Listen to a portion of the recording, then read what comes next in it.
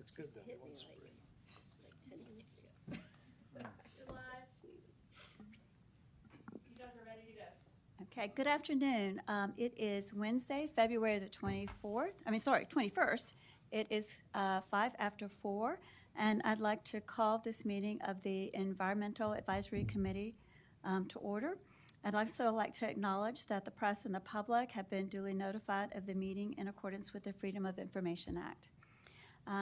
So first item on the agenda is citizens' comments, and I see some citizens in our audience. Oh, did you want to make any comments?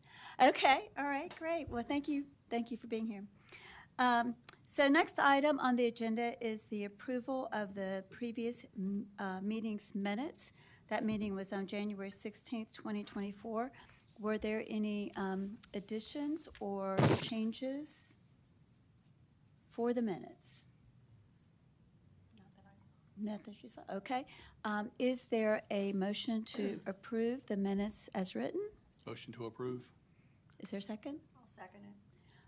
All in favor, please say aye. Aye. Doug Hatter abstained, I was not at the meeting. Okay, thank you, Doug. Okay, so the next item on the agenda is presentations, and I'm not aware of any presentations. Are you aware of any, Doug? Okay, thank you. And then we'll go on to old business, and if I may, before we start in with the subgroup reports, we had mentioned last time that we would like to spend a few moments with our new members of the committee and have them tell us a little bit about themselves. So I wanted to see if everybody was okay with that. It would be adding that to the agenda right off the bat. You guys go with that? Mm-hmm. Is this a good time to do that, you think? Okay. Sure. All right. Who wants to go first? Is that the wildlife discussion?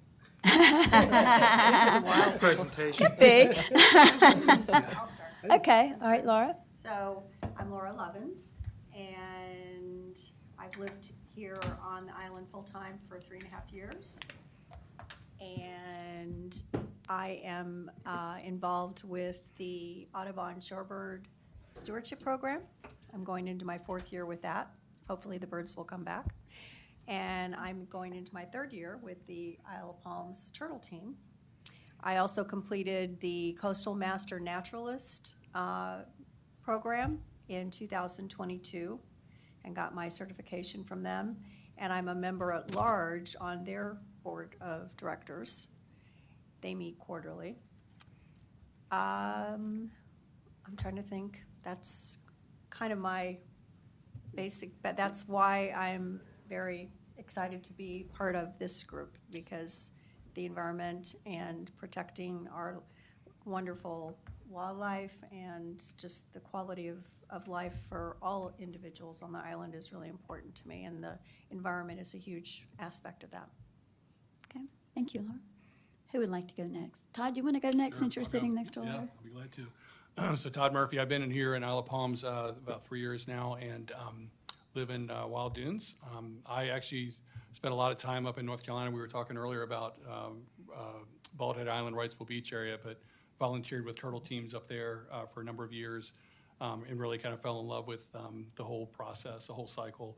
And so when I moved here, I actually reached out to Mary and volunteered to join the turtle team, and I've been doing that for last year. This will be my 2nd year coming up. Got a business background, a technology background, spent a lot of time in the software space. So, if there's things that are around communications or technology that we can leverage to our benefit, that's what I'm hoping to be able to add to the team. Can you help me with Excel? I can help you with Excel. I've lost my Excel expert. Glad to hear that. Yes, be glad to help you with that. Yeah, I think that's it in a nutshell. Okay. All right. Great. Okay. Lucia? I can go. Okay. I'm Lucia. I'm a sophomore at Porter Gad. I've lived on the island for 9 years, so since I was 7. And I'm excited to be here. Help however I can. Thank Yeah. you. My name is Dane. I have lived on Isle of Palms since 2019. I just graduated from College Charleston a year ago. So I now work for Greystar downtown on the peninsula. It is a property management firm. let's see. I grew up in Kitty Hawk, North Carolina, so out on the Outer Banks. So I've grown up around the water my whole life.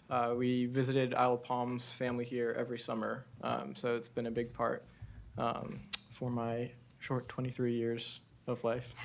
And I am just very grateful to have the opportunity to contribute to this island. Was looking for more ways to get involved since graduating college, and I'm very happy to be here. Great, okay. Thank you, guys. Okay, so are we okay to go into old business? I think we have wildlife first, and we have the wild Mary Pringle to report wow. about that. Oh, I'll try to control myself. I'm glad to report that on Thursday, we erected the Purple Martin post with 6 gourds on it to, I hope, be a start of our colony there on the triangle at 7th and Palm. On that day, there had been 12 martins reported in the state of South. You can see the maps where they've been reported, and usually they're inland first, so we never get them on the coast very much until maybe the last week of February, so we got our fingers crossed for the next week. If you go by there, you'll see the decoy that I've had to explain to some people that know the I thought it martins was a are real there. purple martin. It's a wooden decoy, and it's there not only to attract martins, but to be a decoy when a Cooper's hawk comes by and wants to grab one and eat one. He'll grab the slowest one, and I've seen him on my rack just pulling on that decoy. So he's up there doing his job, and I hope he'll be successful in attracting some too. As of today, there are 28 reports of martin arrivals in the state of South Carolina. So I think maybe with this warm front that's coming in, they ride the warm air currents when we have a southerly wind, so maybe we'll be there soon. We'll have somebody. I'd also like to thank Joe and Walker Spann.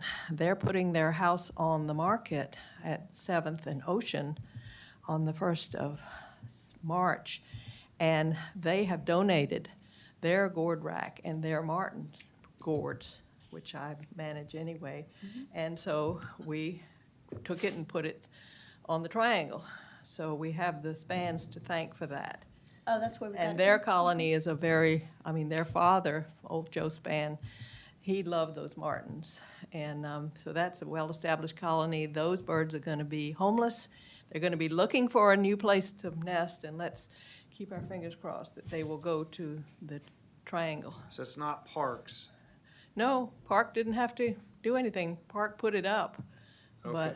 And I hung the gourds on it, and I don't know what, he did use his ground stake though, so he can't put his up unless we go and get the one out of the Span's yard, which we might do for him. Did you want to talk about the plant, native plant part of it too? As you probably know, the first 2 lectures were very successful. We didn't have quite as many people at the second one, but we've got 2 more on the 27th of February and the 5th of March. And we have gotten enough volunteers to do the work, the site prep work, which is really the hard part, is the 29th of February on leap year day. And then the planting will take place on the 14th of March. What else? Anybody else have anything about? The only that thing project? the only thing that I wanted to add is I think that on the dates that were sent out were was an original email that had an incorrect date on it. I think the date was listed as for the native plants for butterflies talk. I think it was listed on there February 29th, but it is February 27th. So Yes. just wanted to make sure that That's correct. in the any information that we post for the public, that we have the correct date there for that. And I did see Charlene's presentation. She does a great job. She's a great speaker. I She's really enjoyed her. entertaining. Yeah, And educational. right, uh-huh. 2 is 29. Oh, Tuesday. Yeah, Yes, there was, Tuesday the Gotcha, gotcha. 27th. yeah, so it's Tuesday, the 27th for the talk about native plants for butterflies, and Thursday, February 29th is the site prep for native planting At 10 o'clock in the morning. at 10:30. 10:30. Well, 10:30. she's going at 10. People are supposed to come at 10:30 and bring straight edge, sharp shovels to cut, we got to cut that turf out. And Turf, she's yep. going to put the border around this area where, and then after we take all the turf out, we're going to put mulch down and then 3 inches, and rake it and put 3 inches of pine straw. And it's going to sit there until the 14th of March, when it's planted. She's going to bring all the Correct. plants that day. Yeah. But she asked that people bring a straight edge shovel and even a short tined rake to, Help with that. mix up the soil when we get to it. Okay, So Great. just a quick point. I went before the Water and Sewer Commission, made the request of them. The board approved that and indicated the board's attorney was there, and the board's attorney suggested that we have, I think, what she called a reciprocal license agreement. We have not yet executed that agreement. And they indicated they wanted to produce the agreement.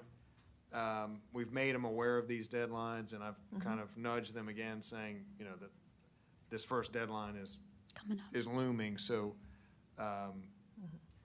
I just wanted it to be out there that we still haven't been granted the final permission to do this. I seem to think the ground prep surely can happen even without an agreement, but I just want to put that out there. We If- jumped the gun on the Martins because they're here on the way now, this week. We couldn't really wait. They wouldn't wait, so I hope that's okay. And I think Park had reached out individually on the Martins, I Yeah. believe. Yeah, he's been talking to the water people. Okay. So I would say, I will let you know if there is a kink, and they say, hold tight until we Okay. get this agreement in place. But I don't expect it to be a problem, but I just wanted to be clear that we don't actually have Not the yet. agreement executed, even though the board has approved the use of the property. Okay. We're working on it. And I know that we had mentioned last time that there was a grant, a small grant, maybe $650, $750 that was available, and that would be the right dollar amount, really, to pay for the plants and for the educational programs that Charlene is doing. Do we have any update on that? Yes, that was submitted. And they Great. received it, so it's. Matt, you're good to go. awesome. That was You're- an easy one, so. Oh, good, good. Yeah, it didn't look like it would be too hard. I know it's not a lot of money, but I mean, every little bit helps. And if we Yeah. can have the flowers and all that paid for by the grant and the educational piece, I mean, it just seems like it would be just good thing to do. And Yeah. that would leave more money in our allotment from the city, right? Because our That's committee had a correct. certain amount, so we'd be able to spend it That's on correct. something else. And Robbie Berg is here. She engineered the donation of the benches from the Chamber of Commerce. We appreciate that. Maybe we could have them by the 14th when we do the planting. That is good information, and I will look into it. 14th of March. I have the catalog, so I don't know who to get the catalog. I went to. and looked at the ones you told me to go see at the Exchange Club, and I think the brown ones are very, very nice. Yeah, and I talked to Park about it. He liked that idea too. Okay. Anything else on wildlife or native planting? Okay, let's go ahead and talk about litter then. We'll talk about the boogie board waste as opposed to the belly board waste. Boogie is a brand. Boogie is a brand, But it's the really called a generic- belly board? Yes. I they never are knew board that. is Yes, Kleenex. yes, like Kleenex versus a tissue. I never knew that. Well, thanks for that little tip there. Okay. I didn't know that. So, No, I don't want I- to trademark on our agenda. I came across one of these sort of what we've been describing as kind of a lower class, lower quality belly board at my daughter's house. They had bought one for their son, and I go, oh no, they're already in the stores. And so I called Susan Smith, and we made some arrangements to go and speak with Dennis at the Harris Teeter about the possibility of not offering the cheaper belly boards, but still offering them, offering the kind that tend to hold up a little bit better. The inexpensive ones tend to be made of styrofoam, kind of like the styrofoam you might see in a cooler, and then it's covered with fabric.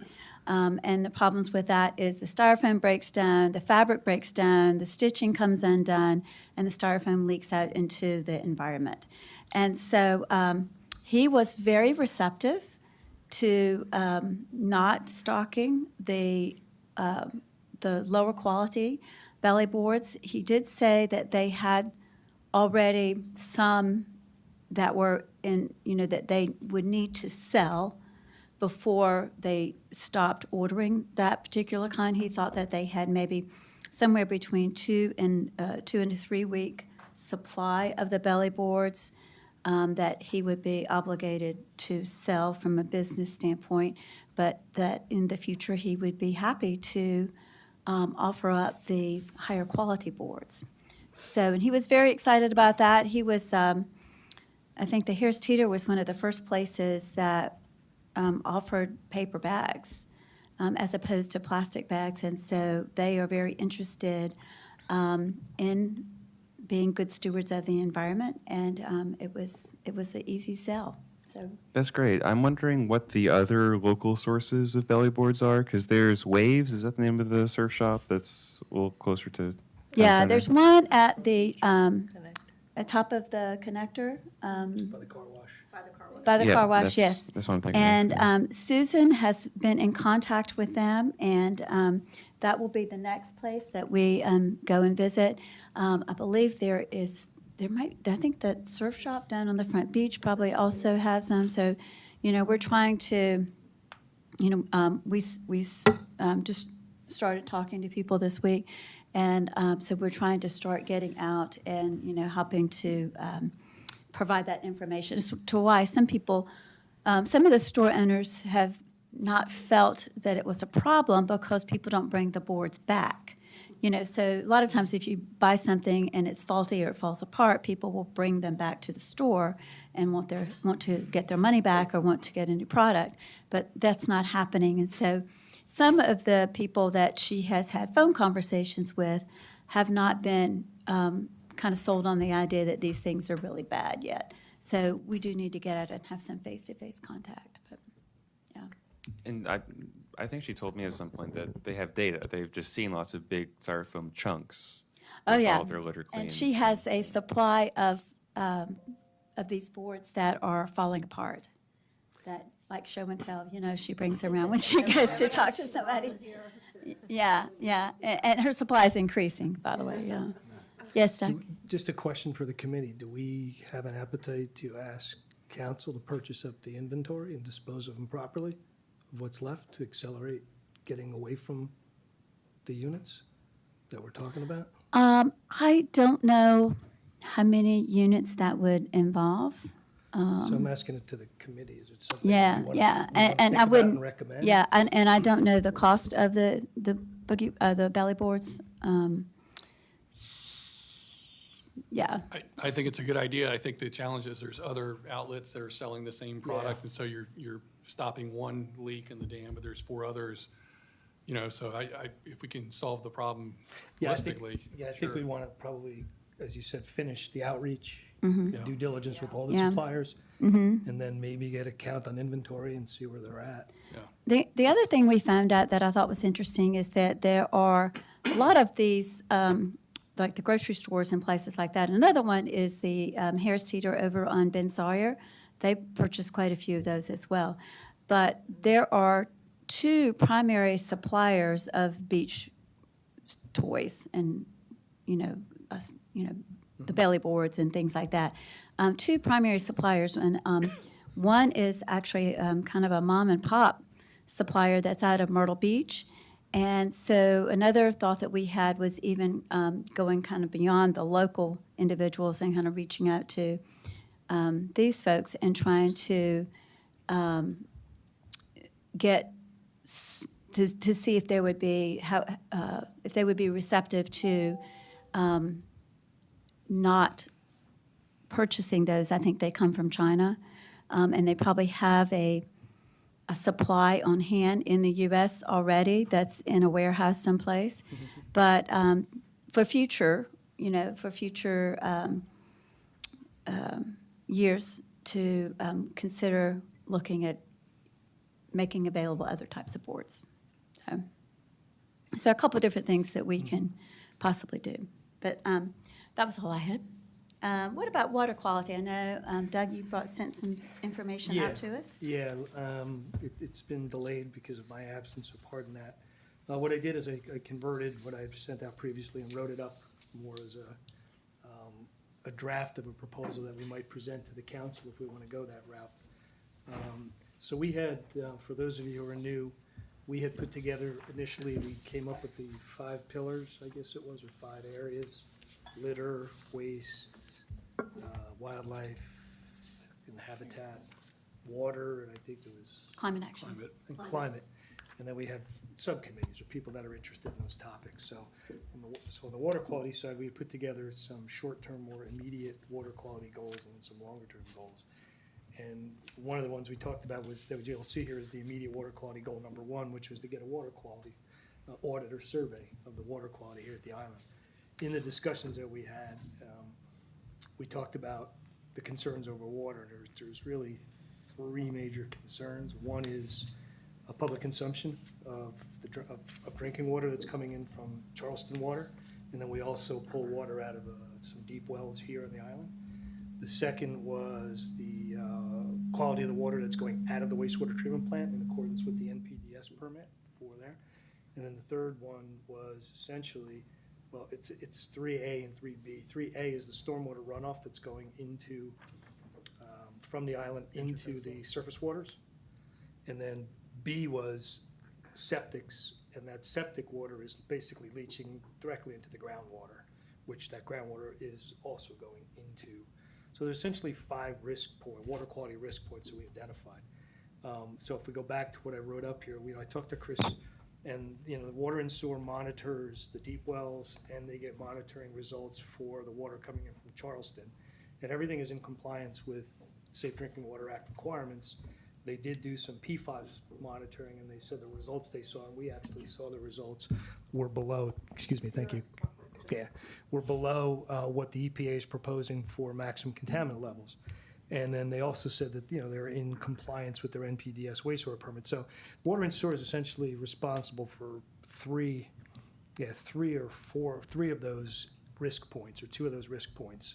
So the idea here was, I think we talked about, is if we can maybe get Chris to come out once a year and just give us a report on water quality from their perspective and what they have, then we'll have a baseline, and there'll be a continued historical trending that we'll be able to see on that.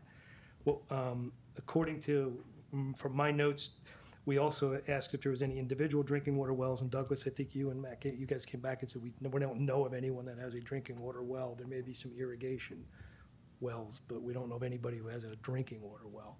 So that's the water supply side. So there's really no action for us other than to periodically look at the data that's collected by water and sewer.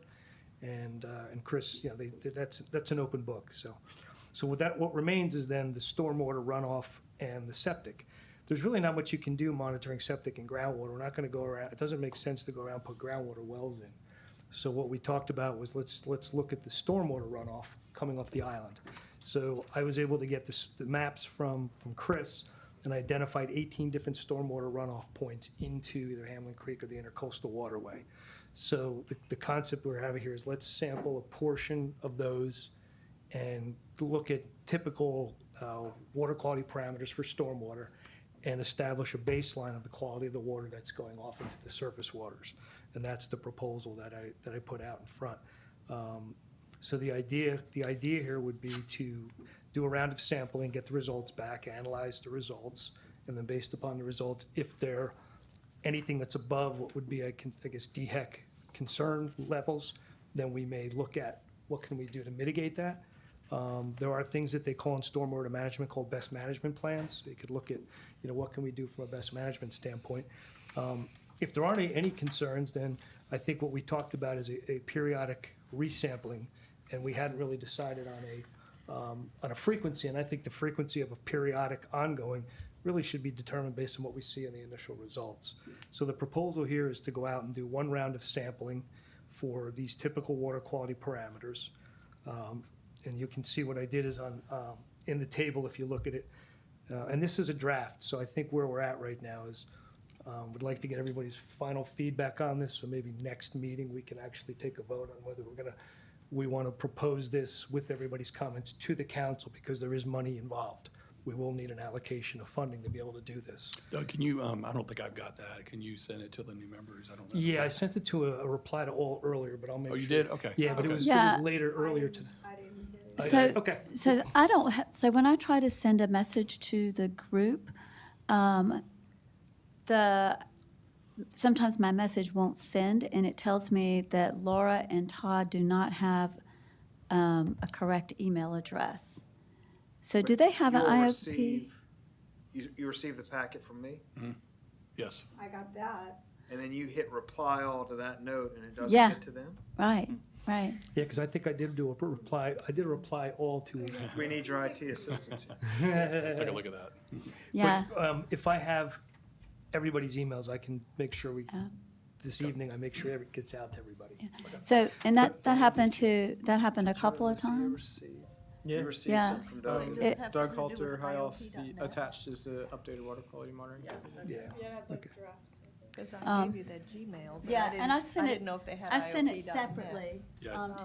to their Gmail. I But think it the doesn't issue go with is, the group. yeah, I think the issue is you responded to Sandy's message that did not get to Laura and I. Oh, so that was it, So yeah. the I two used- of I us used- didn't get it, yeah. So what I'll Uh-huh. do is Yeah. I'll send it out to you. Okay. I'll send it out to Perfect. Douglas's and get it out to Thank you. I just sent it to you. Okay, great. Okay, great. That explains. So, thank you for that. I did have Todd, were you getting ready to ask a question?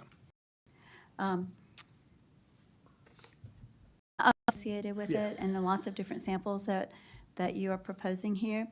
And so what I was wondering is if they, if it's necessary to test all of these, or there are certain ones that might be more important to know about? Like for me, it seems like the total chloroform and the fecal chloroform might be really important to know about, if that's present and if it is, in what samples, where the samples were collected and that sort of thing. The other thing, I would think that nitrogen and phosphorus would be something you would be more concerned about in rural environments or places where there's farming. I don't, this is out of my wheelhouse, so I'm just asking you. Do you want me to hit it parameter by parameter, or do you want to go through all of them? Well, and I was I'll just, come back? I was just curious, So in nitrogen in terms of phosphorus- if we had to Yeah, prioritize. I went through and took out some from, we had more in there than this. Right, We had right. total dissolved solids, we had biochemical oxygen, man. Okay. So I took those in and I took them down to looking at DHEC's list. Okay, I looked at it and said, what are the minimum that we want? Nitrogen and phosphorus is interesting for two reasons. One is, are we contributing nitrogen and phosphorus to the septics? Or, coming out through people's use of, there are certain soaps are low phosphorus, others, they haven't removed all the phosphorus. Plus, we have a highly landscaped island where people are applying fertilizers. So it'd be interesting to see, are we seeing nitrogen and phosphorus above what are considered normal rates? And if so, then, we can look at maybe making recommendations on proper application of fertilizer, training and outreach. okay. So that's what nitrogen and phosphorus. And actually, Will you be able to tell where that's, based on the actual makeup of it, if it's coming from septic or from no, fertilizing? that we won't be able to do fingerprints, no. We'll just know that at whatever location we do, and I've only proposed, I cut it back from not each outfall. We would look at, if there's a note in there, it says we would look at the outfalls where we think related to the commercial or where there's a lot of septic, or where we think there might be issues, so we can keep the cost down. But I think, when you look at it from an environmental monitoring standpoint, these are very inexpensive indicator parameters. So although it looks like a lot of money to us in the environmental world, this is cheap. 'Cause if you get into the real thing, you would look at priority pollutants, which would be anywhere from $100 to $200 per sample. You would look at metals, which would be probably 100 to 150. So I tried to cut these down to, Yeah. indicator parameters. Yeah. And then I tried to put into the indication why we're looking at these, so you can Right. see what the impact. That's is. helpful. is great. Yeah, I appreciate that. And I'm open for more feedback, yeah. so. So in terms of oil and grease, would that come from like cars or lawnmowers or? Mainly it's gonna come from cars, parking, you're gonna see probably the highest concentrations around parking lots and cars. But sometimes you find near restaurants, the oil and grease getting dumped into storm sewers and things like that. I don't know that the oil and grease will make it past the septic tanks. That's generally stuff that's the bugs can digest. The microorganisms in the septic can very easily digest. If we were gonna toss one out, that would be the one I would say if we're really trying to save. But my suggestion was, this isn't a lot of money. I remember during the campaign, some of the council folks were saying how much money we have in cash reserves. So $8,000 to know whether the quality of your water on the island is good, that doesn't seem to be a Yeah. significant investment. So I'd almost rather go in and have the council negotiate down if they're not satisfied. If this Okay. is too much money. And then, Seems very reasonable. and then I just had a question. Sure. I'm just not familiar with all these course, things. please. So the suspended solids, total suspended solids? What Yeah, is total that? suspended solids is looking at the material that doesn't, like sand and grit will drop out from density. Uh-huh. Total suspended solids are more of the deleterious and the organic matter that stays in suspension. So that would come from, some of the deleterious matter you're gonna see in some of the swales, but it's also gonna be anything that's coming off parking lots, any of the dirt or dust or things that are coming from that as well. Okay, okay. And then PFAS was the big one. That's an expensive parameter. The idea there was get an idea of, do we have PFAS that could be getting out in the stormwater and just to give us an idea of where do we stand with PFAS. And I saw think- you reduced the number of samples on Yeah, PFAS yeah, to keep costs Yeah, down. PFAS, I said, we'll do, if we do 9 of the 18 outfalls for the indicator parameters, and then pick up to, maybe we only do half or up to 5 for PFAS. That may be the ones that we think, like probably the ones coming off the commercial here, or ones coming off of heavy septic areas. PFAS, if we do some in areas maybe we don't see a lot of septic and somewhere we do, and we see PFAS by the septics, that could be an indicator that's the use of PFAS materials in homes and kitchens and things, maybe getting into the septics, and that could potentially be a marker for whether the septic is contributing, if we're seeing things from the septics getting out.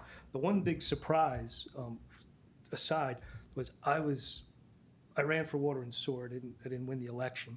I didn't run on putting sewers in, but I was really shocked when I found that the 2/3 of the island is on septic.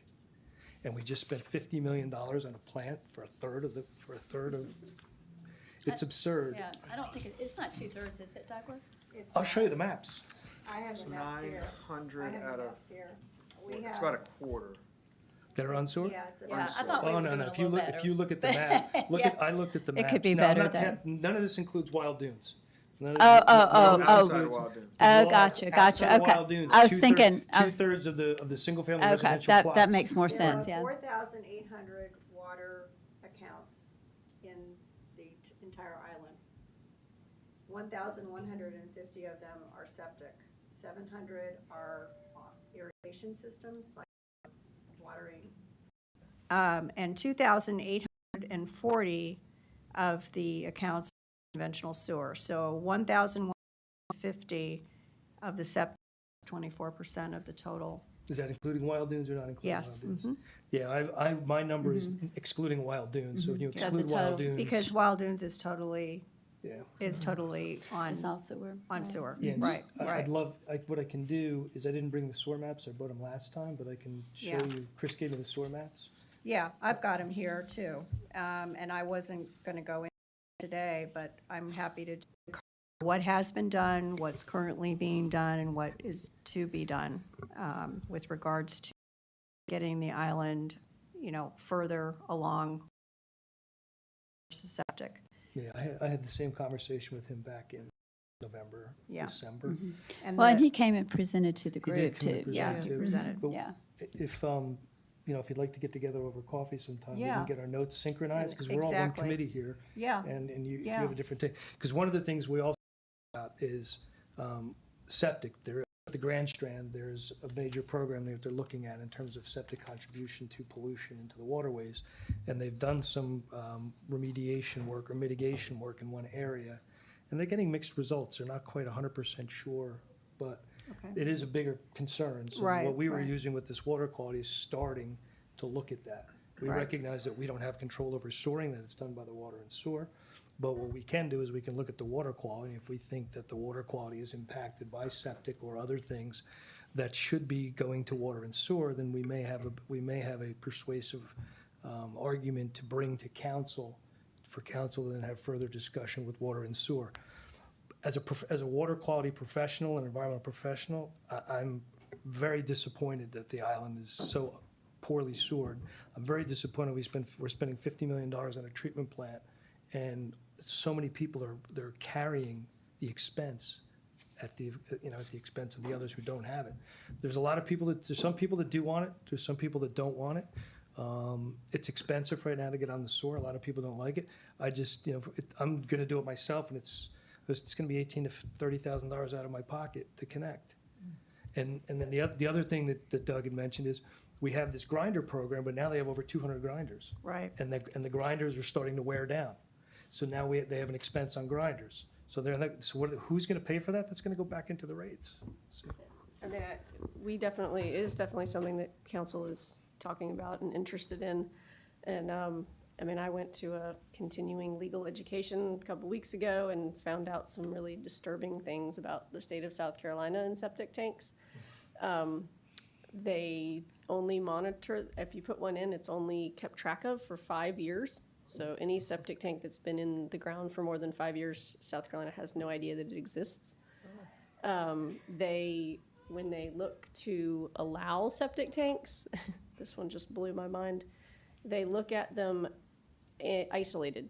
So if you have a community that's being built, for instance, up 17, they're planning to put in, I think they said 1,500 homes, and every single one of them is going to be on a septic tank. And the state of South Carolina looks at it as 1,500 individual requests. They do not look at the fact that it's all in the same place. But that said, so we are way better than the rest of the state. The fact that we're actually Well, the fact that we have a trying wastewater to treatment, do something. the fact that we Right. have a base collection system and a wastewater treatment plant is fantastic. What we want to think about is, what will it take to accelerate bringing the remainder of Well, and so those- that's I'll tell you what we the- have to figure out. We have to figure out a way to incentivize Yeah. both. I think as a carrot and a stick approach and one of the things that I've thought about and I've talked to other people about is requiring inspections of septic tanks. Yes. Talked about that. doing And that. this Yes. water quality thing is, I think, a good first step, because if we get this water quality back and find out that we do have issues, then that's a really good way to start the conversation of. I okay, think there's definitely a good feeling from many of the council that the inspection process is also a really good first step. Water quality inspections, which are not required at this point, and also education. And again, I've been doing all this research, and Doug and I. Welcome to Doug the and- water subcommittee. Yeah.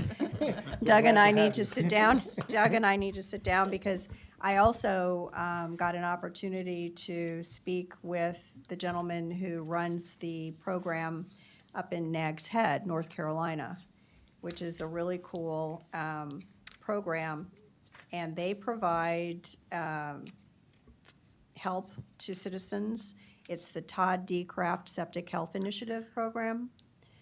And I spoke with him today, as a matter of fact. and they provide free services and financial, excuse me, assistance for having systems pumped out, repaired, or replaced. And I've got information about how this program was created and put into place and how it works. And I'm happy at the next meeting to make more of a full presentation on Yeah, that, since it's not on the One of the agenda I today. know we need to move on the agenda, but one of the initiatives, side initiatives that we have was to look at our current septic program and make recommendations of how to bring that up to a best practice in the industry Right. and make that recommendation to the council.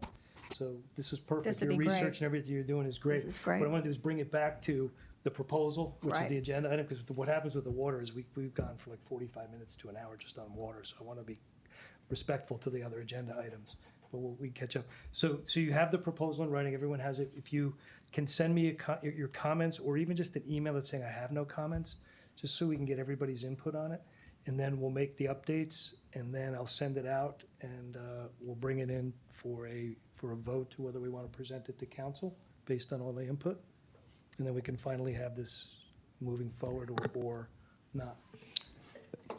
That sounds good to me. I think one of my questions is what is actionable and what isn't. And it seems to me that each of these things that we're testing for are actionable in various ways.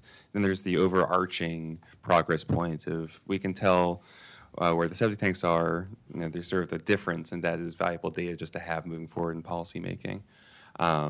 But that might be something the council wants to know too, is like if we are finding like the nitrogen phosphorus levels, what will we do? And it'd probably be to enforce more strictly landscaping Yeah. requirements. And I think each of these sort of has this sort of if then. But that's because like with PFAS, one of my concerns was if we found out that PFAS levels are too high, that's sort of a societal level problem. Like what could we do functionally? And I guess that was my question. My first question looking at it is like which of these are actionable, and if it's not actionable, that would be. One of the things I thought about, and I couldn't find specific limits for each of these by DHEC. Right. They just refer and say, it depends on your permit, or it depends on your municipal stormwater plan. But maybe what we can do is add another column that gives us maybe what the benchmark is. And if it's above and below, maybe indicate, just that there'd be some kind of mitigation step. We can try to add that to the What table. about a column that's just actionable, reasonably actionable at the local level? I guess to Belvin's point, if Okay. it's PFAS, is there anything that the city could do? Accelerate the SOAR program? I mean, yeah, you're right. No, I understand what you're saying. We can do that. Yeah, because I mean, Because it's- coming from, where's that coming from? Yeah, well, Or it's. will this tell us where it's going from? Well, because we're doing it by certain outfalls, we'll know from what sub-basin, in other words, where all the catches are for that storm drain. We'll know that part, that sub-basin, that neighborhood or that part of a neighborhood. That's what we'll know. yeah, well, it seems to me that either there is maybe obvious immediate action of, if we're seeing fecal chloroform from pets, we do something about that, same with nitrogen. And then for something that is maybe less easily actionable, like PFAS, is more just where do we have more leakage versus less because of the sewer system versus septics. Yeah. Okay, good feedback. Okay. Thank you, and thank you for the update on that, Doug. Mm-hmm. And let's move on to climate action. And Laura, thank you. Have we heard back on the grant? We've gotten questions every now and then, but just kind of administrative stuff, but no other feedback from that right now. Questions are good. Yeah, that's been good. Been Yeah. every couple weeks or so. Okay, do we have a sense of when we'll know? They said about 3 months, I think, initially. Okay, So we're kind of at 1.5, I think, 2. okay. This is for, what? This is for solar panels Okay, on the okay, public cool. works. Yeah, Oh, cool. yeah. I missed the transition to the new topic. Yeah. There is money out there from the EPA for climate action. We found that there is a grant for municipalities to apply for that they want to award a lot of grants for, and there aren't that many municipalities in South Carolina that I think will be applying, so I felt really good about our chances. You could do all these different areas. We settled on rooftop solar because that's something that's actionable and easy, straightforward. So talking about the Public Works building, we put in the application. hopefully we get. Did you put the we put the application in? Yeah. Good. You said get it in before November. Oh, Matt did that. He did it like over the Christmas holiday. Nice job, Matt. That was Thank a lot of Belvin, Yeah, 50/50. Team effort. you. I would say Yeah. anything around green energy and all that, grants and whatnot, get them in before November or January. Yeah, if there are other grants I find that come up, I'll share them out because you kind of get fed That's these fantastic. EPA Great. climate things. So, Segue to the next one. yeah, so So, Said- said there is, and I'm not, there's kind of a small, yeah, on that solid waste Waste grant that we attached. Yeah, saw Um, that. Katie McCain from the city of Charleston sent it to me. Uh-huh. Said they do it every year. And they generally get, I think they do submit for that smaller one. Gotta find it here. The general recycling proposal. Yep. That's a smaller, I think, 15,000 max. And it covers their signs and composting bins that we have, I think, is how she described it. There's also a second one that's much larger. I think it was 50,000 max, 50 to 100,000 max. And I just wanted to see if we wanted to discuss that, if either of those are worth pursuing. so it would be specifically for creative waste reduction. That's the I mean, I guess 50. that's what, or composting and our glass recycling, that fits in there, but I mean, are we thinking that we would request a grant for one of those two I think the composting, Pre-existing yeah. I guess the programs, or it has to be a glassworks new do that. I don't know if it has to be a new program or. I don't know either. I don't think it does. No, just maybe efforts a that way to support. pay for Remember, existing. our It just says- programs are pilot programs, so we could apply for the grant to help us turn them from pilot programs into Into an ongoing full programs. Full extended. And expand it a little more if we Yeah. wanted to. And do it at full, Yeah. whatever we Right. define as full scale. Right? Yeah, I wasn't here when we did the analysis on the recycling, so I'm not sure what the other components of recycling are, but cardboard, plastics are we having, is it the same issue that we have in glass where it really wasn't being recycled? Or, is there an opportunity to do something similar with the other? We found that glass, we found that glass was being ground and put into the landfill as cover, Has that been, has confirmed. anyone asked that recently? Because I got an email recently, someone forwarded me from Charleston County in which they said that they now do actually recycle glass. Oh, I had not Really? heard that. And I haven't but heard I've either. heard a lot of things from them that over the years So- that have been. So Back to what- so the way we approached it was they're not segregating food and then they weren't recycling glass. So our focus was on the food and the glass and then also getting styrofoam out of some of the public restaurants. We did not look at any other recycling because we're assuming, the assumption is there that Charleston is taking care of that with the corrugated. I mean, They it's do. interesting because I read an article the other day that the paper plants that are recycling cardboard are like, need more.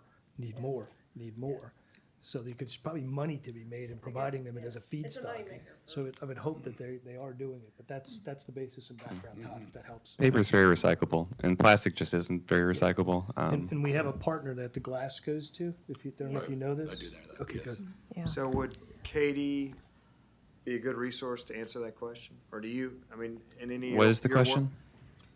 Are things like paper, is Charleston County actually recycling the other things that they're collecting?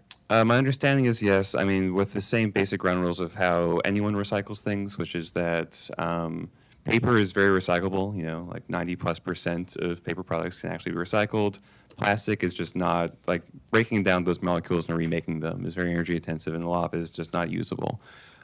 So insofar as anyone is plastic recycling, I think we are. It's just plastic recycling is just a low return practice in general. Well, who's left from the waste subcommittee? It was kind of an. Me? It's late and late to I think I waste. was supposed to be on there, but, I'll take new. so I guess we Happy just. to take new help. So Can who- can we find out for sure about that? It would be nice to have. Yeah. That would be good to know, You yeah. think would Katie be who I would you reach out to? I'd call the find general that answer? manager over. Just, Charleston. we've tried the county before. It's hard to get a hold of the county. Yeah, I've never been able to get him on the phone. What is That's a your good question. I don't know. Maybe Katie. Katie, yeah. Yeah. Katie's a good starting point, for sure. Could I say something about composting? I've noticed that we just have that one little can, and most of the people I talk to and tell them about it and talk about how I've been doing it since it started, don't know a thing about it, and that not many people came to that meeting we had where they gave us a free container and they let us know what the combination is to open the thing, and people just don't know about it. Would it be good to have another training session and publicize it I in a think way so. that people So- would come? Because I think we need more people to compost. Well, go ahead. I was gonna say, to that point, if we're gonna roll this out, why don't we should include into the grant that we want to have a webpage, have some information, have some educational, turn it into a full program. Looking at it, I definitely think we can do a better job of, talk Publicizing. about communication with everything, but Yeah. publicizing the glass and the composting. Right. That was one of the things I wanted to talk about under Because, miscellaneous I business, mean, yeah. think I that's bring it up to everybody I know, and, I mean, I do, every time I go down there is a lot of glass in there, but it's definitely, Mostly wine bottles, that might be some of mine. but that's great. the general grant, just looking at it, it says that it can be up to 15,000 per local government. Funds allocated for outreach/education of this total will not exceed 5,000. So if we wanted to go for the full 15,000, 5,000 of that could go towards outreach and education. And we could probably get bins, individual home bins, to give out not underneath that 5,000. So that's where some of that money could go to, is just having more home bins. So people can like put their waste in there and then bring it to the composting. That seems like a great thing to pursue, in my opinion, is the number one, because the 50,000 to 100,000, that's a lot of money. I don't know what exactly off the cuff we would do with that. So we need a motion, do we need to, or just Matt just goes? Sure, I can do some exploration. One of the things that I thought about when I was reading about this grant is the program that we did a while back where we had a recycling day. And I didn't know if this, do you remember that, Douglas? Where we would have, the city parking lot would be available for different recycling products. So there would be like an electronics truck there to collect electronics. There would be a truck to collect paint. There would be one to collect, or to shred paper. And I used to just love that. I thought it was the most fabulous thing because it would be right here in the parking I lot. remember going to one either last year or the year before. Amy does. It was at It- Pavilion It went Drive. to, Amy. yeah, Amy, Amy, you're gonna have to talk to a mic, I'm sorry. Well, taste of real medicine there. Shred Day on April 23rd, but Charleston County does not do the recycling anymore, so it's only Shred Day. Donnie is, the last couple of years, they've just not done it. So we will only have paper shredding day on the 23rd, Tuesday from 9 to 12 in the parking lot. That's what I. 23rd of what now? April? 23rd. Can we do our Donnie's own, been trying for years, and can we do our own? I'm sorry, Recycle say that bin? again, Amy, I couldn't hear you. Donnie's been trying for a couple of years, and Charleston County just stopped with the hazardous waste. Oh, Paint, spray bottles, electronic stuff, but there is a recycling center in Allendale that you can take all that to. Yeah. yeah. But maybe we could come up with a way of doing it where we would collect it and then, You get, the challenge is that, the challenge is just regulatory requirements. So what folks will do, like municipal county utility authorities, if they don't have that capability, they'll contract it out to a private waste contractor and they'll send it out. And I don't know whether they're getting grants back for it or not. So to do it properly, to make sure it's in compliance and to make sure everything goes where it's supposed to go, we probably would team with a private contractor. Yeah, that'd be and have part of to- the and have grant. to- That could be part of the grant. Yeah, and I don't know how much it costs, but Yeah. those household, There goes that $100,000. we haven't asked for too much money yet. We're just learning how to do that. Okay, so I think we've got some ideas, so, that, for the grant, so, things that we can pursue. All right, Let's just see. for my, just for Update on sea level rise? list What you wanna taking. do? Let's Okay. go through, trying to jot down ideas that we're gonna analyze. Oh, okay, sure. Recycling day, trying to hire a contractor for a local recycling day, is that we're saying that's one initiative? Hire/partner, find someone. An additional training session on the glass and Compost. Composting, yes. Potentially, are we talking about a grant for individual home bins, or what was the? Well, my thought was that with the 15,000, a lot of that could go towards advertising the compost program, and then the money that is not allocated for education outreach could go to some home bins to pass out. Purchasing home bins to Yeah. pass out at kind of, what did I miss there? Those were the I think that's three all. things. And then we were gonna contact Charleston County or Katy to have find an out, open- We might try to get the real, Oh, yeah. the Yeah, real we should- we disposition should be able point to for get that. glass. Yeah. I don't think the city of glass. Charleston has a lot of spare ones. And I think everything, right? Yeah, yeah, yeah, okay. to Todd's point, what about cardboard, everything else? Because I've been recently, after I read that article, I was thinking I should start a cardboard collection business. You want one of business? You got something, Got one in Jacksonville, Do they? yeah. you Katie, can- you got something actually from the county saying we do? No, a or s- resident sent me an email saying that they had contacted the county and they were told that they do that they do recycle glass. Well, I think it's in the semantics of, What do they mean by Yeah. And recycled that's, and glass? They cause say I went they'll into the take whole, it. well, they Yeah. use it and they use it for the roads and whatever, and they said, no, they actually recycle it now. So- okay, But Huh. this is like third hand, fourth hand. okay. Um, Anything else for that We list? could probably FOIA request their contracts to see what Yeah, really is I'm going on. selling it to someone. I think we're Okay. good. I think that was, So, did you have anything on the sea level rise? No, I really don't. reduction? That's a placeholder. That subcontractor for the city is continuing to work and set up meetings. Seems to be kind of stalled for lack of meetings, but Okay. I know we do chat about it periodically, and it's in their workload. Okay, coming. okay, all right, good, thank you. Before we go to new business, Yeah. can I ask about the Earth Day thing on Sullivan's Island on April 27th? Are we still gonna try to do a table for our committee? I just wanted to get it brought back into the minutes. Earth Day on the 27th at Sullivan's Island. Our committee is gonna try to do something for that. I'm I happy think to we had multiple people say they table, would. Yeah, I thought some Dan- people did. Dane, didn't you, I'm I happy. just, offer I to just help don't know how Yeah. we're Yeah. gonna present it and what we're gonna do for no, that. I'm on vacation, I'm on a trip Okay. starting on the 20th. so, I think it's a great idea. so I think Dane had, were you gonna do that, Mary? You had Well, volunteered to do I've, that or I've something, gotta right? do the turtle. Oh, so table, you're gonna be there, but that's I will right. be there, And then and I will Dane be is gonna be happy at the to try to table get- next to you, I remember now. Yeah, and we can. Yeah. Well- I can go back and forth. And for material, we Didn't know discussed. what we were gonna use Well, and hand out. the accomplishment list that is on our agenda, I think that was discussed as something we could have as something Okay, for people to look at. Good. And I spoke with Nolan Schillerstrom, who is still with Audubon, but is going to be leaving. And he couldn't provide any additional volunteers, so I've volunteered to help. And I'm meeting with him next Wednesday to pick up brochures and all kinds of stuff for the Shorebird program.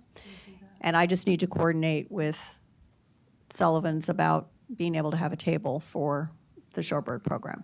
And Well, I think can kind You're gonna of, talk to Karen Byko about that, or Was somebody? I? I don't know. Somebody asked me for her number and I sent it.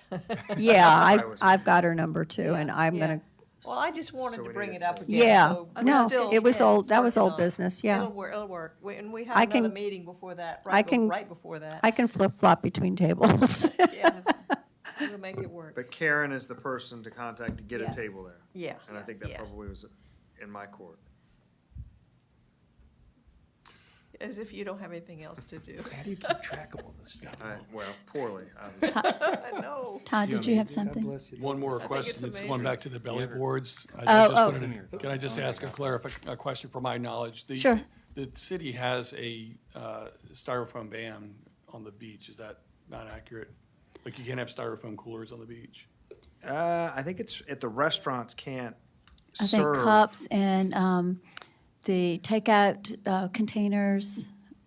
Okay. Yeah, I think remember that's Cannot be the- made out of it's actually styrofoam. Restaurants. Something like I that. I actually thought thought we I did- I saw thought on we the, did yeah, I've too. seen on the Isle of Palms that you come across the Yeah. bridge, the sign used to say no styrofoam coolers on the beach. Yeah. Maybe it was a request and not an ordinance, Yeah. but the reason I was asking is if we did have an ordinance, no styrofoam, these belly boards that are styrofoam Yeah, they wrapped. they have not been identified specifically as under the styrofoam. Yeah. And you just reminded me of something else that I wanted to mention about the grocery store, is they do not sell the styrofoam containers anymore. Okay, I think The coolers, the Right, cooler right. type containers. perhaps the issue is that people wouldn't know that these belly boards are styrofoam. So even if told no styrofoam, they would still be bringing them. no, I understand. I guess the local retailers wouldn't be able to sell them, right? You know, we could say that they're not, you know, if they're not allowed on the beach, therefore don't sell them on the beach. And people could, of course, bring them from home, but it But might, that would be in might help Mount to cut Pleasant, down. the sellers mostly, and do we have jurisdiction in No, Mount Pleasant? no, but I think, you know, getting them off the island does Yeah. take a, you know, Does Oh, something. yeah. some of them away at least, yeah. Right. I was just curious if that was a connection we could make. Yeah. Okay. Douglas, you had on the agenda here under new business, 2023 accomplishments list. And I had sent that out and asked if anybody had anything that they wanted to add to the list, if they, and since we are running a little bit short of time, what I would say is maybe have you guys take a look at that and see if there's anything that I missed. And then if you want to send that to me, I can revise the 2023 list and send it back out to you. Okay? Good. Sounds That great. sound Thank good? you. Okay. And then, Douglas, do you want to bring us up to date on the erosion control? Douglas and Katie, Yes. you can both help us with that. Yeah. Understanding Again. the mess that we're in. Yes, so last night, and council has been wrestling with this, I guess, for a couple of weeks on receiving requests from property owners whose properties are vulnerable from the erosion happening at the breach inlet end. They have been making the case that the city of Isle of Palms is the only city in the state that is more restrictive than the state of South Carolina's agency, OCRM, that regulates these. So I know Isle of Palms has like a 250-foot, Yes, so, and what is the state? so the state has various lines that they, Baseline and setback lines? there's a and- baseline, yeah. there is a setback line, and then there's what they call their beaches critical area. Right. Which is where the shore comes to at some time. So OCRM has their methodology. If you go to,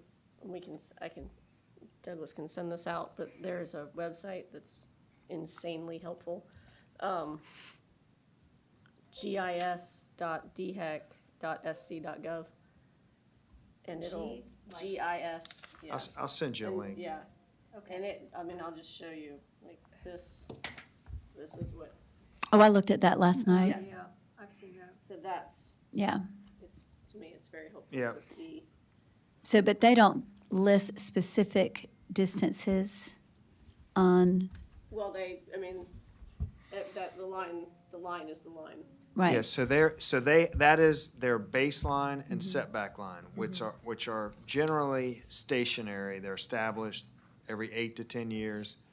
They have published the longitude and latitude for every point along that line, so any surveyor can download that information and go out there and document that line to the inch on somebody's property. What becomes a little bit more clouded is this critical beaches jurisdiction, which is where they say the water has recently inundated, there's no vegetation there, so that becomes part of the beach. So in cases where the erosion comes landward of that stationary line, OCRM picks up jurisdiction. So the city has a different jurisdictional line that starts at a point that is 250 feet inland from the mean high tide. And so in the case down here at Breach Inlet, that's out basically at the road. And it goes from the road to the OCRM jurisdiction, and in our code, it says you cannot put seawalls in that area. So you have this kind of continuous regulation where the state won't allow it up to their jurisdiction, and then the city's jurisdiction picks up, and then won't allow it till basically the road in front of the house. So the request was made to city council.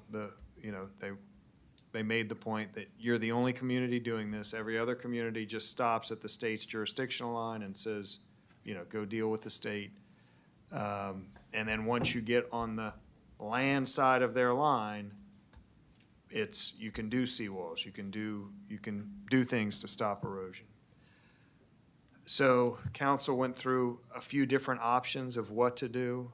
Last night, they settled on, we will enact an emergency ordinance, so 60 days, kind of open this window to allow erosion control devices within 20 feet of your home. And I mean, it's a little more technical than that. There is a maximum building line, and it would be 20 feet really from that line. Most of the homes in practice in that area pretty much built at the line. Could you, Is it the baseline or the setback line you're talking about? This is a different line. This is still a third line. Where's So- the drawing? The maximum. Could you It might be on the other side of It's the that. Explain maximum why- bill line, right? That It's was the- established by the beach That's company years correct. ago. When those properties were created, the beach company said, here is the maximum building line for your home towards the ocean. And it's a distance from the road towards the ocean, and it varies slightly as you go kind of, it's bigger at Breach Inlet, and it gets more narrow, gets closer to the road as you get closer to 10th Avenue. But, so that is really a zoning setback line. So it's a third line. But for all intents and purposes, if you look at an aerial, those houses have pretty much all built right up to that line. So you can get a good visual of where that line is. And city council said, in an area between that line, which is basically the back of the house, and 20 feet out from that line, as long as you're outside of OCRM's jurisdiction, because the city couldn't undo the state's jurisdiction, you could build either a seawall or a revetment for the next 60 days. could you explain why an emergency ordinance was used? So there was, well, a few different issues. I guess first is that these houses, we, and the city, as you will probably all well know, is actively scraping in this area. And the case again has been made at a spring tide, an unforeseen tide. What the city is able to do gets overwhelmed, and it was overwhelmed in December. And property damage gets done. So the owner certainly felt like it was an emergency situation where if one high tide, one unexpected tide came along, it could damage properties and houses.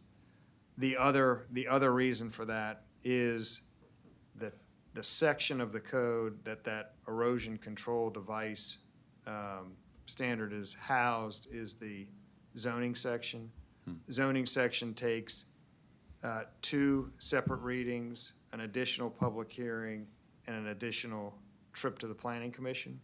So it is generally, I mean, if you kind of line it up perfectly, it's about a 2.5 month exercise to actually amend the ordinance. So the idea being, that relief needed to be provided sooner than the typical process could allow. Okay, interesting. Yeah, I mean, the reason that I asked to bring this up is because I'm fairly concerned. My understanding of piecemeal seawalls is that they just worsen erosion for the neighbors that do not have seawalls. And soft infrastructure is almost always the smarter option when you're talking about a coastal community like ours.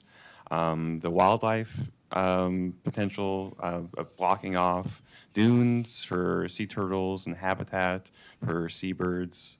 To me, there are a whole lot of environmental reasons why this seemed to me like an error. But of course, I sent in the request before last night. It was passed. So I don't know sort of what our function would be as a body, because I was going to ask for us to discuss maybe recommending against changing the status quo until more environmental consideration was made today. But if it's already been passed by emergency ordinance, Well, I don't know what. I do think there could be, and I expect that there will be a discussion of a permanent adjustment of the code. Because this is 60 days, right? It's 60 days currently, but again, I think, and that hasn't been made crystal clear yet, but I do think that there is an expectation of a permanent shift in the code. And I do understand, you know, clearly you've kind of been living this debate here for the last several months. And I think that from a practical application standpoint, when the water gets to within 20 feet of a home, I mean, that is when kind of we are scraping, we are trucking in sand, we are, in certain places in Wild Dunes, placing sandbags. I don't think that there would be wildlife, getting established on a berm that's getting scraped up that day, and in many cases is eroded that night. So from the city's, just kind of, from the management of that issue, it does turn the city's resources on end. When you get to that point that it's within 20 feet of a house, I mean, it's kind of all hands on deck.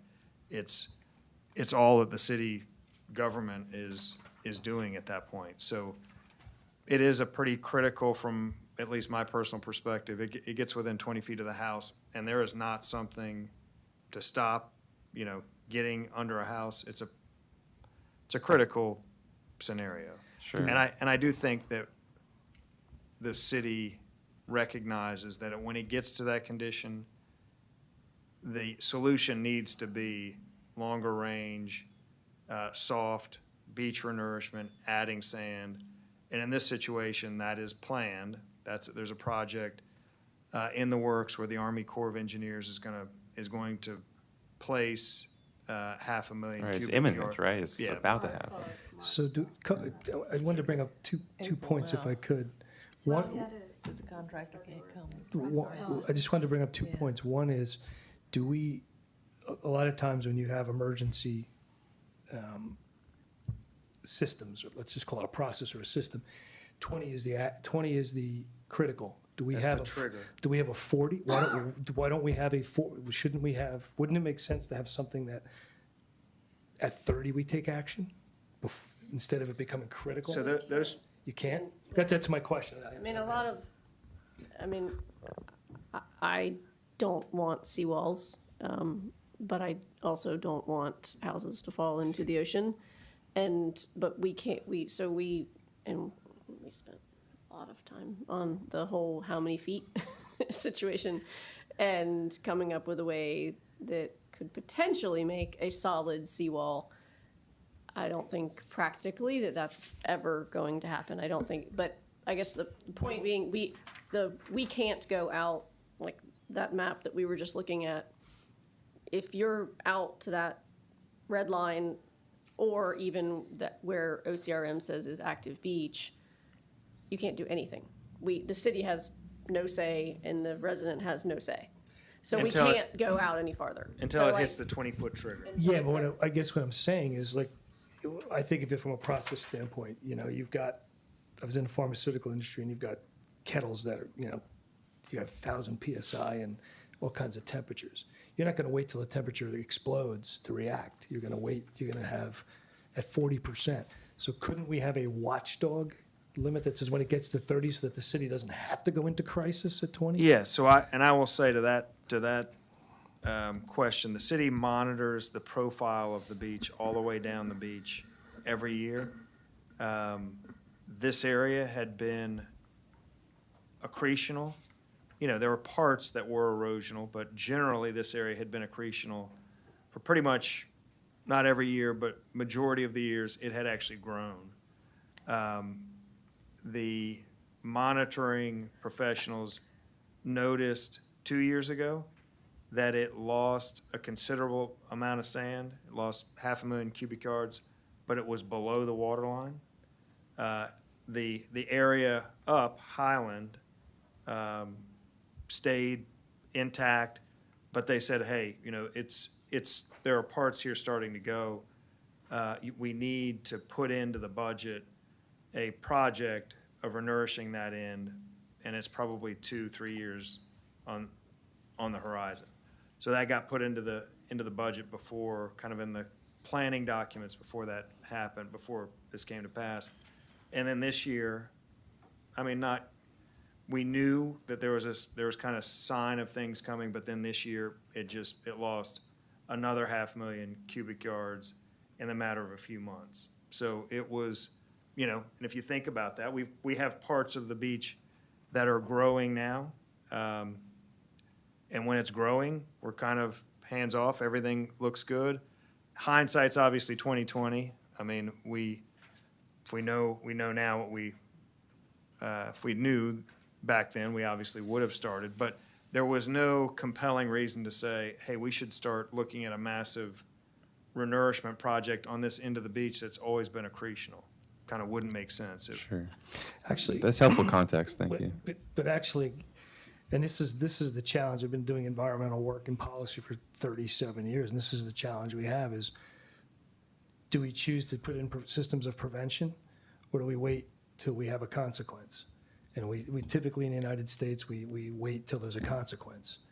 So I would say, what can we do in the future to have a more preventative approach to this? What can we do to flag it? I think that's so what that the it ad doesn't- hoc committee is doing, because Well, they that- have, that's they have good. that We're taking ad the hoc first step. committee, But yeah. the second, not gonna help. but the second thing is, and this is a broader question, is we're the environmental committee. Why wouldn't the council come to us and seek input from the environmental committee? Aren't we supposed to be providing input? And this came up on the election trail when I was out with Water and Sewers. I've heard people say, we have an environmental action committee. And I talked to some of the council members and they said, we'd like to hear more from you.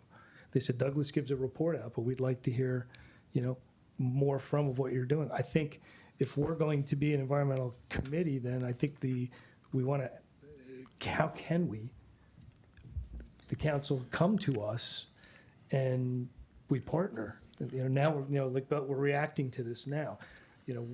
This could have been something we could have been talking about.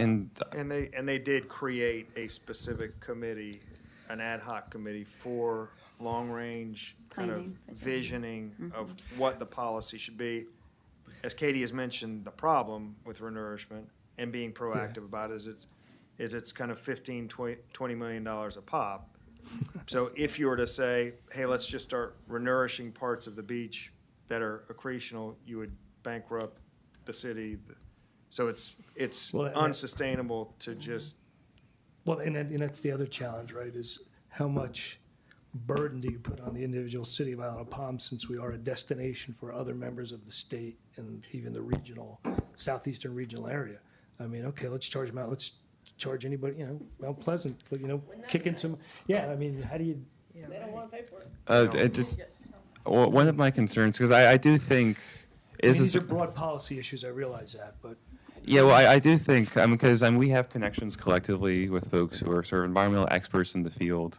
I'm not sure how much council is directly interfacing with folks. I know this letter from Scalp they asked to share has an excerpt from South Carolina's Beachfront Management Act of 1988, saying that these hard erosion control devices, such as seawalls, have not proven effective, basically saying that these are not actually going to do the job that we need them to do. And I understand the feeling of something has to be done now, but my concern is that feeling led us to making a policy choice that proves something that is not actually going to be addressing the problem substantively and could actually cause some issues down the line.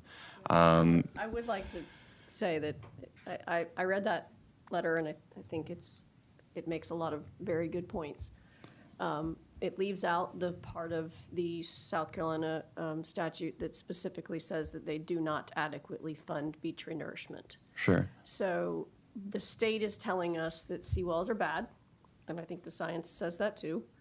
But they're also in the same exact law, they are saying that they do not adequately fund. They are not. There's $7 million in the whole entire state budget for beach renourishment right now. The whole state. That's like, I could go get some sand at Lowe's and do a better job. I just saw an article about how there's 1.8 billion of SC funds in the Yes. account they lost. So we need to figure out a way to make the state understand this, or we need to find new funds. But I also do think that there's a huge environmental impact of, once we get up to the houses, and what happens if a house actually falls into the ocean? Think about all the things, like we just talked about belly boards, think about all of the stuff that's going to end up in the ocean. I mean, it's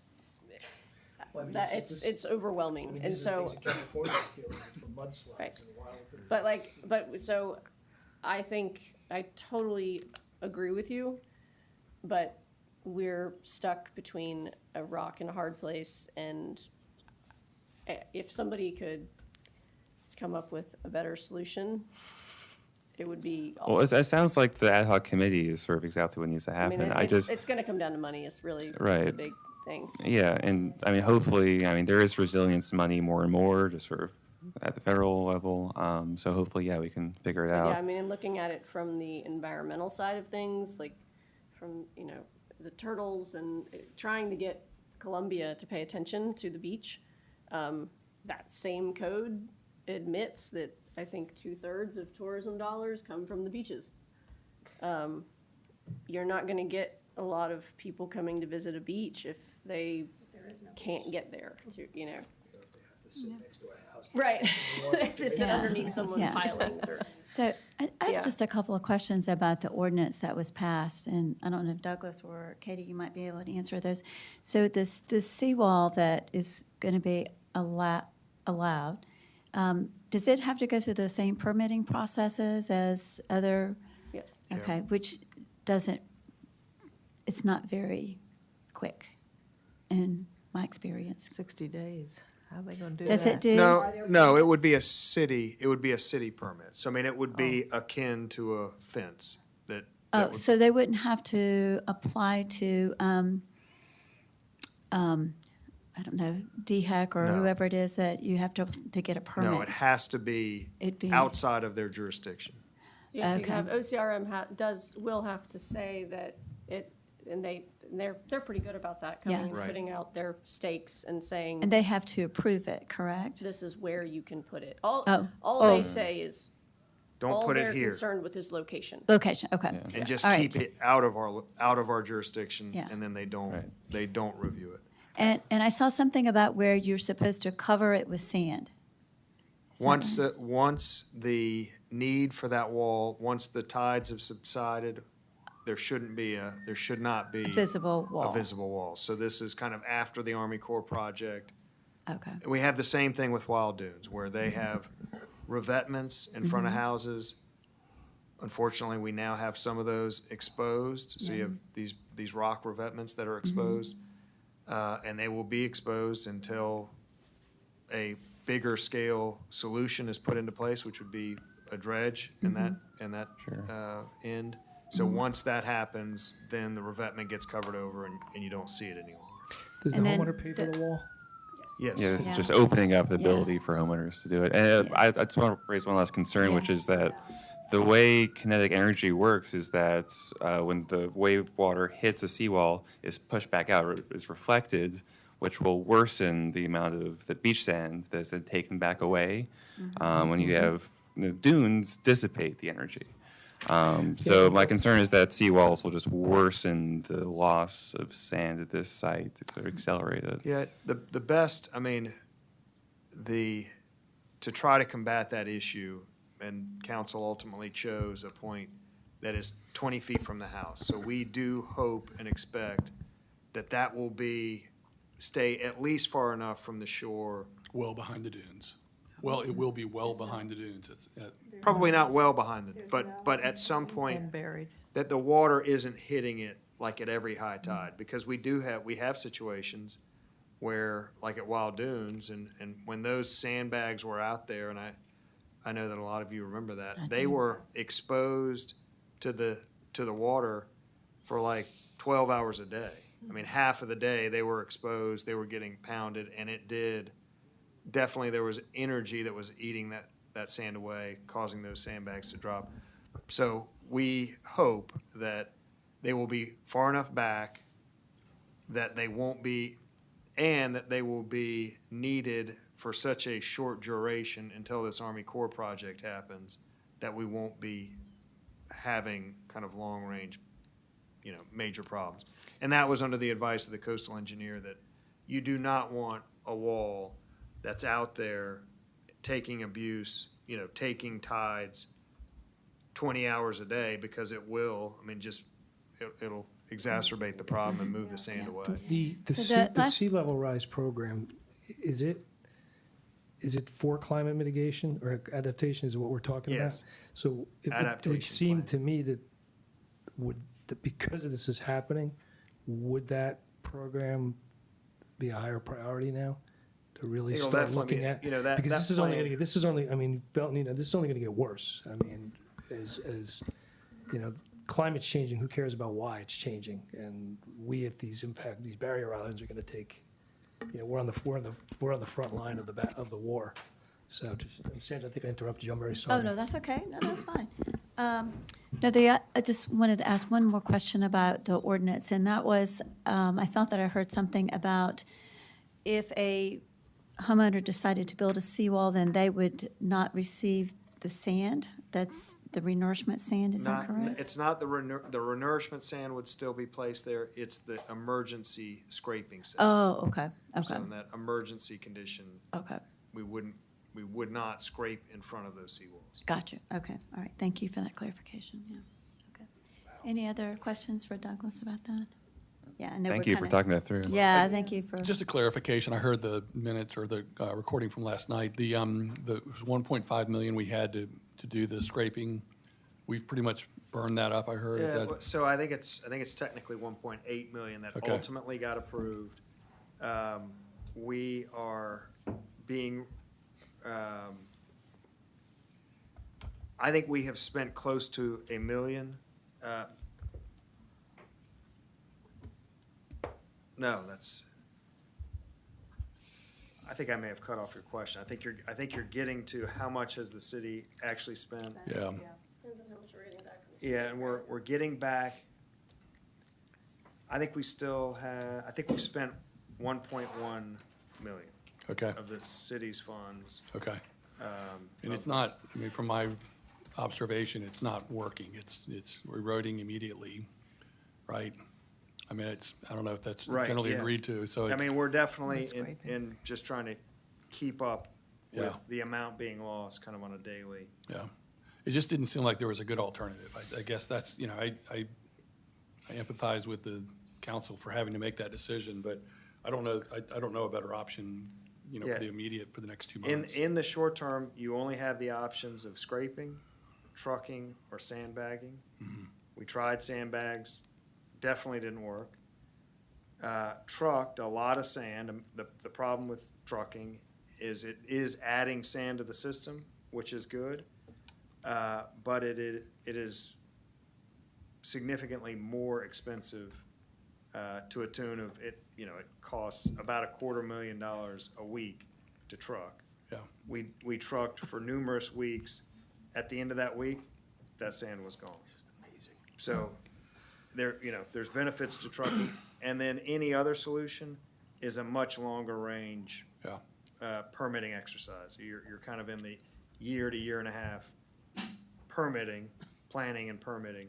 So there is no short-term solution other than those three, which, The- to your the point, visitor- is not a good, A none of the three visitor's- are good. A visitor sand toll, maybe, when you come to the island, you have to bring 50 pounds of sand with you. Yeah, to bring it. Drop it on the beach. Can I ask a quick question? Is there a sense that the Army Corps of Engineer project will actually make a difference? Or are we going to be looking at a similar situation where, a lot of that is just going to end up, because it will, Right. Yeah, to some degree, but, The only, so that's my question. yes, so it's definitely a lot of sand. It's 500,000 cubic yards of sand, so it is an enormous amount of sand. So that gives comfort that it will provide very good protection. This kind of wild card, so to speak, is, as we said, that area has been stable, if not accreting. But then in the last couple of years, it has lost a tremendous amount of sand each year. So we don't know, and until it gets there, we don't know exactly how it will perform. But in the meantime, we are doing the sand search for larger scale projects. We have in the upcoming budget kind of the worst case scenario of doing a large scale project a year after the Army Corps project. The problem there is it's $17 million and we don't have a method to finance it. So, Has OCRM or DHEC looked into what has been done further north of the island and how, as far as work that was done, like in Waldoons, to your point, like with Ocean Club, and also with the resort, and that how that could be impacting this new accelerated erosion, and if, because it doesn't, that, just like we were just talking about with a seawall, that impacts down the line.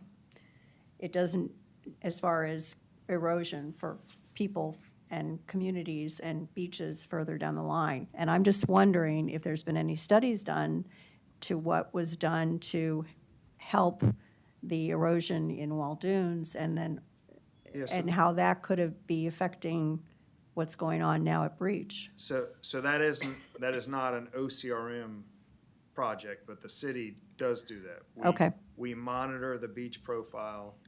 We watch, through a series of surveys along every kind of cross-section of the beach. We place all that sand. We then watch it migrate south. Right.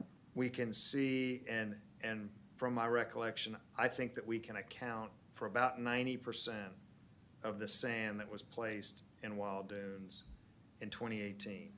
And if you look at a map, you will see there is an it's like a anaconda that swallowed a big animal. You see this huge bulge of sand around 53rd, kind of between 53rd and up. And they stop seeing, and then that anaconda, that bulge, tapers out at about 10th Avenue. So that's where they stop seeing symbols, a sign of that sand. But we do not think, and we don't know what happened to the 10%. It's somewhere out in the ocean. We don't think that it kind of coalesced out in the ocean, went out, migrated all to the exact same place. We think that 10% is kind of somewhere spread along the ocean floor that we just can't accommodate for. We can't account for it. Okay. But yeah, we watch it every year, measure it, account for it. But we know, and it's fascinating to watch on Google Maps, and you will see that inlet. It's a very dynamic inlet. That inlet whips up against Sullivan's Island, creates awful kind of erosion for them for a while, and then the sand starts coming off of the Isle of Palms, squeezes it down, and then it whips violently towards the Isle of Palms. So it is doing, and it's kind of like a yard sprinkler, makes its way slowly here, And then squeezes down, and then it redirects, and it is a very violent, kind of swinging back and forth. But that's been happening. That's always a phenomena of inlets. of inlets, yeah. Mhm. And Google Maps will show you that process has happened forever. Okay, thank you. Thanks. And I know It's a tough we're issue. running a little bit late here, so just wanted to just mention one thing before we close under miscellaneous business, and that is, we talked a little bit last time about getting with Chandra to do some website updates or creating some repository for the information that we would like to get out to the citizens. Like, for example, the composting program, if we had, some directions there about or some information about the program and directions about how to participate in the program that people could go to on the website. I think that would be helpful. What is the best way to access Chandra? I mean, I don't, You want to have her come here and just I feel like, give ideas? I will say that from a kind of very high level, the entire city's website is getting redesigned. I was, We have just explained to her the desire to have kind of a landing page for, and for environmental advisory committee initiatives. I don't think that's a hard thing to do. I think, she could quite readily do that. I think she would probably, want some help on identifying kind of what parts of it. that's would it be easier just to have one of us sit down, or a couple of us Probably. maybe just sit down with her? Probably. So we can just access her Yeah. if we need to? Yeah, Okay. absolutely. I'd be interested in Okay. participating in that. 'Cause Okay. Get some ideas on maybe trying to publicize some of the metrics of the programs we have. You know, Okay. and also Just coordinate linkages to like, you know, where the Okay. water quality reports for the W water and sewer, where. make Yeah, it she would just want to know what content you wanted to fill Right. that page in.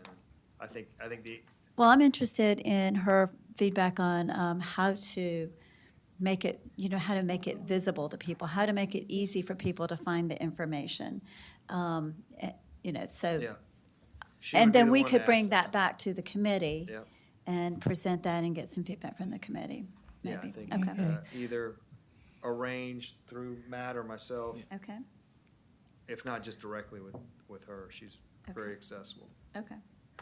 I know we're way over time, but Cindy Ewing from Sullivan's Island, Battery Gadsden Group wanted to come and do a citizens' comments this time, but she had a conflict, and she wants to come next time to ask this committee if any of the members would like to suggest environmental topics for their talks at Battery Gadsden.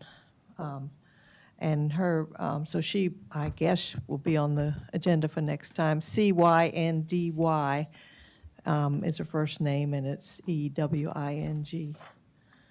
And so just be thinking about if you have any ideas for, Yeah, we can. we can do that put next her on time. the- I don't want to. Tell her to contact me, and I'll put her on the Okay, next month's agenda under presentation. I'll check with her about the date. Okay. Yeah, so make sure she can come then. Yeah. If not, maybe she can just give me the information or something. Okay. And I had mentioned that the Sierra Club is holding a talk about septic conflicts in the Low Country. And I got all of the specific, I didn't have the information last month, but I have it now. And I made a photocopy of what was online. So if anybody, I just gave it. So I'm planning to go. It's in March. It's on March 7th at 7 o'clock. And it's at the College of Charleston. So if anybody wants info on it, please see me after the meeting. It's on my calendar now. Okay, all right. Okay. Okay, thank you. So our next meeting is going to be on Wednesday, March the 20th at 4 PM. Is that a court day as well? March 13th, March 13th? it's not a court day. We have court 3 times a month. I didn't realize you guys had switched those two from Thursday. So- Katie, can you do can you do that? Yeah, that's fine. Let me make sure I can do I have planning commission. Planning commission's, yeah. It's not, Why did we change from Thursday? I give up. Never mind. Katie? I think Oh, it Katie. fit No, Katie's schedule. Thursday. When Thursday, that didn't work for your schedule, correct? Well, Thursday. Neither one's good. It doesn't really, I mean, The honestly, 13th is planning, Douglas? Yes. Well, then I guess it's whatever. Is it, Thursday and Wednesday are equally difficult, so if Thursday works better for everybody else, then Thursday's fine. I mean, we just have court. The only thing is that if there's court in here, you guys can just go upstairs. It won't be filmed. So, The room's big enough. I was up there last week or week I before. have a Wednesday conflict for the next 2 months. that's right, you told me about that, So yeah. Thursday would actually be better for me, but if not, I can. So when, if it's equally as bad for you, Thursdays. so would we have normally been Thursday. Thursday the Second, this- 14th? Yeah, we would have Yeah. been the second Second Thursday, which would have been the 14th of March. Would that be okay if we went Thursday 14th? At 4 PM? We'll be tired from planting, but we Yeah, I can get know. here, we can get here in time. okay. We If can it's get here. afternoon. Yeah, That is the day. 4 o'clock, That's yeah. Yeah, so that's we're- planting day, but, That's you okay. know, We'll make it. if you don't mind us coming grubby Give you a and little dirty. smiley? Yeah, shower you might before you want me get to here? sit over there. So we're gonna do Yeah, she'll. Thursday. Okay, so 14th? that works better for everyone then if we Okay, do so that's the Thursday, EAC. Thursday, I'll send out an invite. Thank you. Put it- Thank you. the 14th of March at 4 o'clock for everybody. That works okay? Okay, Yes, thank you. so And that's I a had to change run for out, Cindy too. when we were Oh, finishing yes. up that discussion on the beach renourishment and all that, we videoed the first ad hoc committee. Both Yes. of them are up there.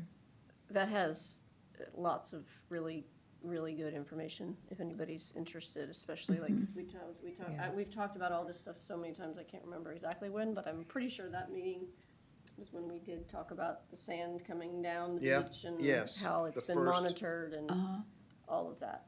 Yeah. Yeah, I So there's didn't look actually at a the lot of second really good- one, I saw the first one. Yeah, first one was kind of the overview, second one was really talking about financing, Oh, kind of challenges. Third one will be Friday and is gonna be meeting with the OCRM state representatives on kind of challenges and their regulations and how that would work. so it's Okay. every Friday. So, Every Friday, sorry. 9 AM. Sandra, we ready for a motion, or you have one more? Oh, yes, you go right ahead if you want to make a motion. Well, just make sure, is everything covered? I think so. Okay, so I'd like to make